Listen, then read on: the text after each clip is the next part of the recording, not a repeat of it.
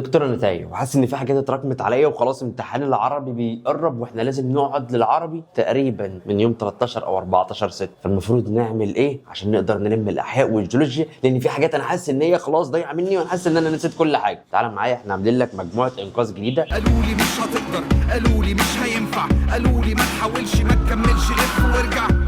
ازاي تخلص الاحياء والجيولوجيا كلها على بعضها في 9 ايام او اقل؟ فتعالى نبدا بسم الله الرحمن الرحيم. اولا كده ناس كتير بتبعت لي دلوقتي يا دكتور انا ضايع مني جزء ار ان ايه، ضايع مني جزء دي ان ايه، ضايع مني جزء الجيولوجيا، هو ينفع اسيبهم لليله الامتحان؟ ما ينفعش تسيب حاجه ليله الامتحان لاول مره. ليله الامتحان حضرتك لما تيجي تدخل عليها لازم بالنسبه لك كده تكون ذاكرت الاول عشان انت بتيجي تسترجع ليله الامتحان. ما ينفعش تسيب ماده كامله من دلوقتي لحد برضه ليله الامتحان لحد شهر وشويه. فاحنا باذن الله عاملين لك مجموعه تخلص فيها الاحياء كلها على بعضها والجيولوجيا كلها على بعضها في 9 ايام بس وخلاص. وده نظام المتابعه، نظام متابعه قوي مع الطلاب بتوعنا بحيث ان هم ينجزوا. انا عارف ان الطريقه ممكن ما تكونش اللي هو احسن حاجه، ولو ما خلصتيش هتتنفخي فعلا، لو ما خلصتيش هتتنفخ، بس معلش انت في فتره ما ينفعش فيها غير كده. فان شاء الله هنلم معاك. تعالى اقول لك هنعمل ايه. يلا. اليوم الاول هتدخل تفرم لي الدعامه والحركه وهتلاقي ان الموضوع سهل والموضوع بسيط يا باشا. بالتكرار حضرتك فيديو 3 ساعات هتخلص في الدعامه والحركه وما انتش محتاج اكتر من كده، لان قايل فيه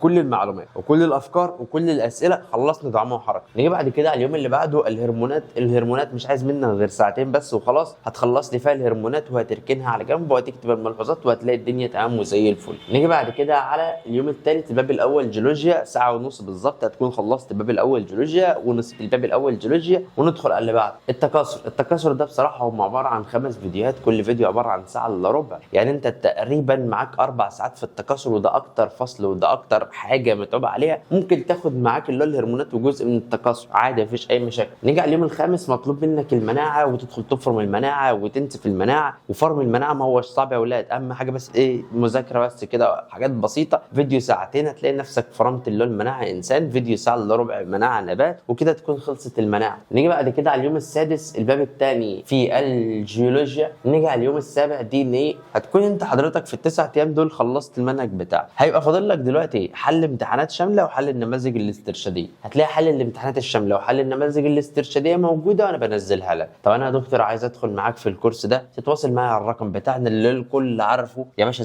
010 اهو. هات بس لون ايه اصفريكه كده 0 ادي 10 9 0 9 8 0 0 8 3. هتتواصل معانا من خلال اللي هو الرقم ده، وصدقني هتقدر تلم الاحياء كامله كلها على بعضها والجيولوجيا في اقل من 9 ايام ان شاء الله. يلا السلام عليكم ورحمه الله وبركاته.